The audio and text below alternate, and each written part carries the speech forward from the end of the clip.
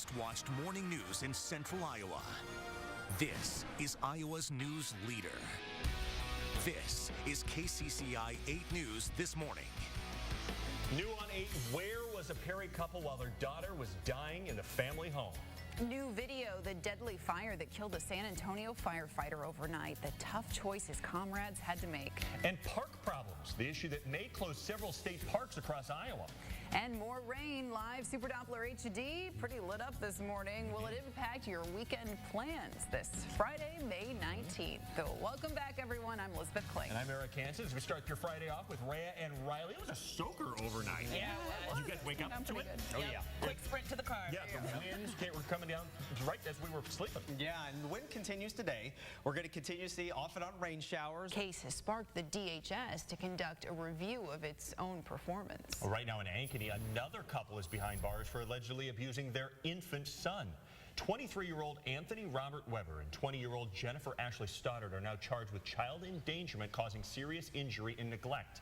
Anthony Weber called 911 when his 6-week-old son was having trouble breathing.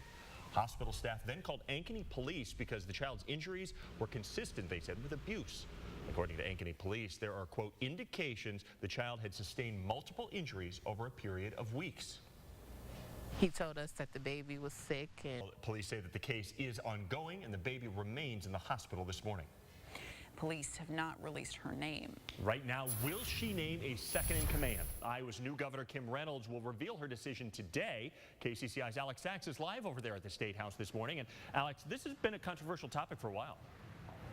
Eric, it really has. And if you have any more photos of the storms that you'd like to share, you can send them in to kcci.com. Well, this morning, a new report alleges threats were made against a Guthrie Center family just before their house went up in flames.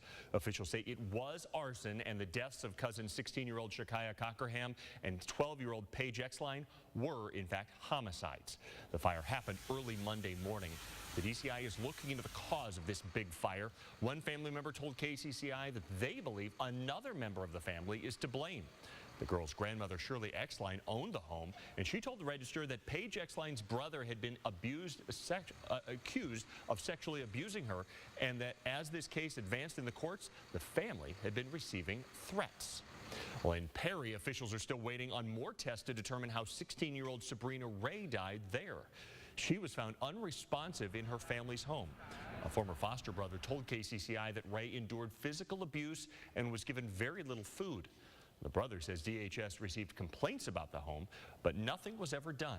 DHS now says it will hire an outside expert to examine the department's performance. You're watching KCCI 8 News. How Wells Fargo Arena is stepping up security. Well, good morning, everyone. It's Wednesday, May 24th, and Eric is live at the State House this morning to kick off an historic day here in the state of Iowa. It is. This is going to be a big day as the transition of power is now just a few hours away here at the Iowa State House. At 10 o'clock this morning, Governor Terry Branstad will resign his office as governor, be sworn in as the next U.S. ambassador to China, and then Lieutenant Governor Kim Reynolds will take office as Iowa's 43rd governor. This will all happen in the span of about 30 or 60 minutes inside the State House. We're going to be looking at the changing of the guard that really doesn't happen much around the state of Iowa, and also be looking more into Lieutenant Governor Reynolds, what she hopes to accomplish as she takes over as governor of the state of Iowa throughout this half hour. Right. We look forward to that. Thanks so much, Eric. To see maybe a little sunshine, too. We'll keep an eye on that, Riley. Thank you. A live look now at the State House, where the rain has now stopped falling and the clock is ticking on Governor Branstad's time in office. He will officially step down as governor at 10 o'clock this morning. And Branstad spent his last full day in office traveling to north central Iowa, up near his hometown, near Forest City, where he spent the day thanking the people who gave him his background in politics when it all kick-started a couple of decades ago. Branstad was first inaugurated in office. Take a look at this picture back on election night in 1982. That's the governor there, Terry Branstad. He was elected as the 39th governor of Iowa. He was inaugurated on January 14th of 1983. He served until 1999 when he stepped down and was succeeded by Governor Tom Vilsack. He then spent time as president of Des Moines University from 2003 to 2009 before stepping back into politics and defeating Governor Chet Culver in 2010. He was reelected to an unprecedented 6th term in office in 2014, and on December 14th of 2015, he became the longest-serving governor in U.S. history. Now, Branstad's new post as ambassador to China will be be a different chapter in his life, a new opportunity for both him and his wife Chris, who've been living in Terrace Hill here in central Iowa for so many decades. They're going to be moving to Beijing, and Governor Branstad was selected because, of course, the long relationship that he has had, as well as the positive friendship with Chinese President Xi Jinping. This is video from 2012 when Branstad hosted Xi here at the State House in Iowa. The two first met as part of a sister state exchange in 1985 when Branstad invited Xi to Iowa to experience life on the farm. Bloomberg reported last year that the pair have used their mutual love of agriculture to bridge the gap between their respective countries on human rights, economic issues, and other tensions. But even though the two are old friends, during his hearing earlier this month in front of the Senate Foreign Relations Committee, Branstad told lawmakers that he wouldn't let his personal relationship with the Chinese president get in the way of pursuing America's interests. He said he would take a firm line with Beijing on issues like North Korea, on the South China Sea, on trade disputes, and on human rights once he gets to Beijing. And speaking of Beijing, take a look at this. This is Branstad's new home once he leaves Terrace Hill and moves across the ocean over to Beijing, China. This is the U.S. Embassy over there. A very big move for Governor Branstad and his wife, and it's going to be a time of change both for the Branstads as well as for us here in the state of Iowa. This transition of power just plain doesn't happen very often. We're going to have special coverage of that as a result, both here on KCCI online, as well as if you're in the office today on kcci.com or on the KCCI app. You're welcome to tune in around 10 o'clock, maybe lasting until around 11, where we will show you his resignation, his swearing in as ambassador to China, as well as the oath of office for Lieutenant Governor Kim Reynolds. A big day here at the State House, right? It sure will be. All right, thanks so much, Eric. I'll give you the latest timing on that coming up after the Morning Buzz. The winner of Survivor Game Changers, Sarah. There she is. Did you happen to catch the big finale last night? Survivor Game Changers revealed the big winner of $1 million, who just happens to be from Iowa. How cool is that? She is. Sarah Lucina is originally from Marion. She graduated from my alma mater, Wartburg College, up in Waverly, and she's a police officer over in Cedar Rapids. She sure is, and they called her Officer Sarah. I'm actually really funny in real life. Just ask my mom.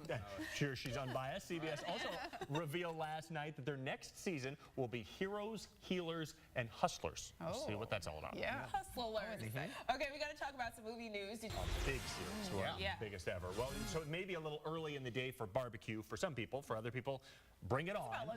Maybe not. Mark Tauschak had a great story last night on Smokey D's Barbecue here in Des Moines, where husband and wife Darren and Sherry Worth have taken their business from kind of in their backyard, really, to national competitions. It's a really cool look at how they took a hobby and transformed it into quite a business, even capturing the World Barbecue Championship last year in Houston.